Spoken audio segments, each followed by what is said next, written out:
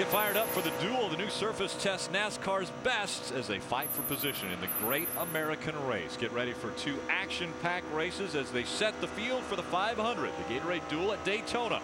It's Thursday at 2 Eastern, live on Speed. EW, those were the races I always looked forward to, the duel. When I was coming down here as a youngster and then getting to run those races to try to make your way into the 500.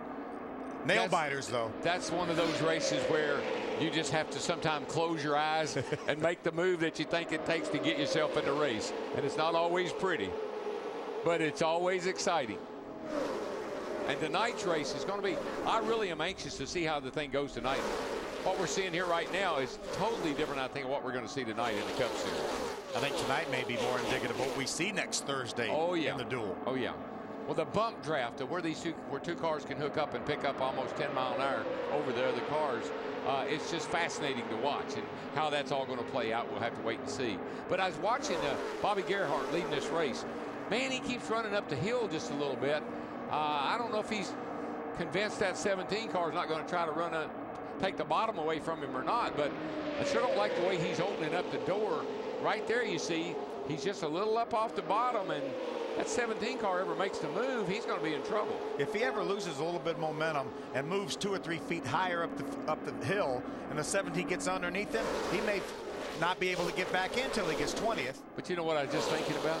He's won this thing 6 times. He probably knows what he's doing. Maybe we ought to be going to school. Yeah, you know? Questioning maybe Bobby that's Gerhart. the line, you know, the line right there. You know, I mentioned earlier to you guys the fact that these cars were anywhere from 15 to 4 feet. Well, that has really been eliminated as far as the gaps between these cars. They're so much closer together now, and we're not even to halfway. Yeah, they're snaking around a little bit more. They're starting to move. They're starting to snake a little bit, and I think really Gerhart is creating some of that movement, because there's guys back there that see what I'm seeing, and they're thinking, man, if that 17 car jump on in there, we might be able to pass Bobby Gerhart. We've got Bobby Gerhart now moving up the racetrack, but it could be because he's coming up to some slower lap traffic. They're going to have to go around these two cars, and that line will go as a line by these two. Yeah, he's been running up high, though, as Darrell mentioned. He's been altering his line, getting up off the bottom just about since he got this lead on the restart. It could be that it's got real slow car. Yeah, that's Barry Fitzgerald in the 0-6. He's been running off the pace for quite some time now. It's usually these lap cars that starts all the action to happening, because all of a sudden you move up off the bottom and somebody tries to close it, take your position away on the bottom, and that's when things start to happen.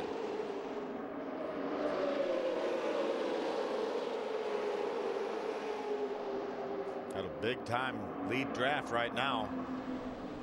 That's a lot of cars running together right there. I mean, they're all hooked up in a pretty solid draft. Yeah, still on the lead lap. Yeah, at least 35 cars are on the lead lap still. You see a little bit of fluid coming out of, looks like about the 7th or 8th car back. Yeah, you do see a little smoke coming out there. That's not a good, that's some kind of big issue there. It looked like oil smoke. We have some great stories up in the top 10. Ricky Carmichael, we mentioned earlier, had a top 10. There he is, the black monster Chevrolet there. He's running in the 6th spot. Miguel Paludo, who will run a full season this year in the Camping World Truck Series, right now running in the 7th spot in the 28 car. And there's Jason Bowles. We talked about him winning the Toyota All-Star Showdown. He's up in the top 10. Brian Rose was suspended from NASCAR for 6 years, was reinstated last year, ran a couple truck races, and here he is in an ARCA car of his own that he owns, running up in the top 10. What a great comeback for him. That 9th spot just behind him, Steve Arpin in the 25. Talked earlier about people making their first starts and getting experience around here. Mary-Eve Defoe running in the 29th position. Her first ever oval start in a stock car. But they really get, right here is where things really get tight and close. Coming off turn 4, it seems like everybody bottles up just a little wee bit right there. 3 wide as they go through the tri-oval and into turn number 1. You know, the sun could be an issue also, Darrell, coming off turn number 4 there. You come into the sun and then you really don't get into the shade till you get almost to the start-finish line.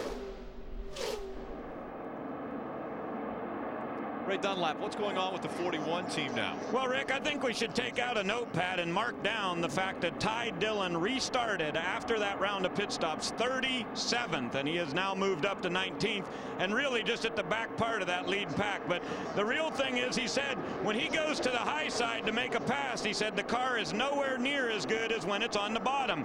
And you see right now as he gets hung up there, Kimmel goes by, the 31 and also the 63. So he's losing spots on the high side. They said get her back down to the bottom line. Yeah, Jim? it just seems like, Ray, that everybody's in that same boat. Nobody seems to be able to make the outside work. See, that 19 car right there is the one that's overheating. Jim, what's going on down there on pit road? Well, the 22 machine of Dakota Armstrong, just 19 years of age, won at Talladega, the most recent super speedway race in the ARCA Racing Series. His crew chief, veteran Paul Andrews, and now his spotter can be heard on the radio. That's Paul's son, Tim. They had to switch radios on their one and only pit stop back on lap 19. Dakota is working with Ty Dillon through the field. He's now just 2 cars behind him in the 22 machine. That 19 car, I just feel a lot of steam coming out of that car. He's running that really tight draft there. He got that engine overheating and that thing blowing out a lot of water. Still no one challenging Bobby Gerhardt at the front of this field. Chris Buescher runs second. Joey Licata is third. Matt Merrill fourth, and Hal Martin is fifth. A lot of patience being shown up here right now among these top 10-15 guys. Single file line, all for the most part hugging the double yellow line, with the exception of Gerhardt, who seems to be taunting the people behind him. Here's a good shot of Hal Martin's onboard camera. This is the backstretch going into turn number 3. As they drive around here through 3 and 4, you see how smooth this racetrack is. Watch when he gets to sun right here in the middle of 3 and 4. Look at now when he's looking into that sun. Blinding. Very much blinding. You know, but there's a real art to running in a draft and drafting the way these front cars are. You got to hold the throttle wide open to keep the momentum up. But you got to learn how to drag your brake. Little brake in the corner so that you don't run over the guy in front of you. And that's true all the way back through there. You got to kind of keep the throttle down to keep momentum up, but use your brakes to slow yourself down to keep them running over somebody. You know, that's amazing, Darrell, because in the Sprint Cup cars, the guy out front now is having to drag the brake a little bit to keep from driving off the guy that's pushing him. Just past the halfway point, Bobby Gerhardt in front of Chris Buescher, Licata, Merrill, and Martin, your top 5. Can Gerhardt make it 7 wins at Daytona? Stay with us.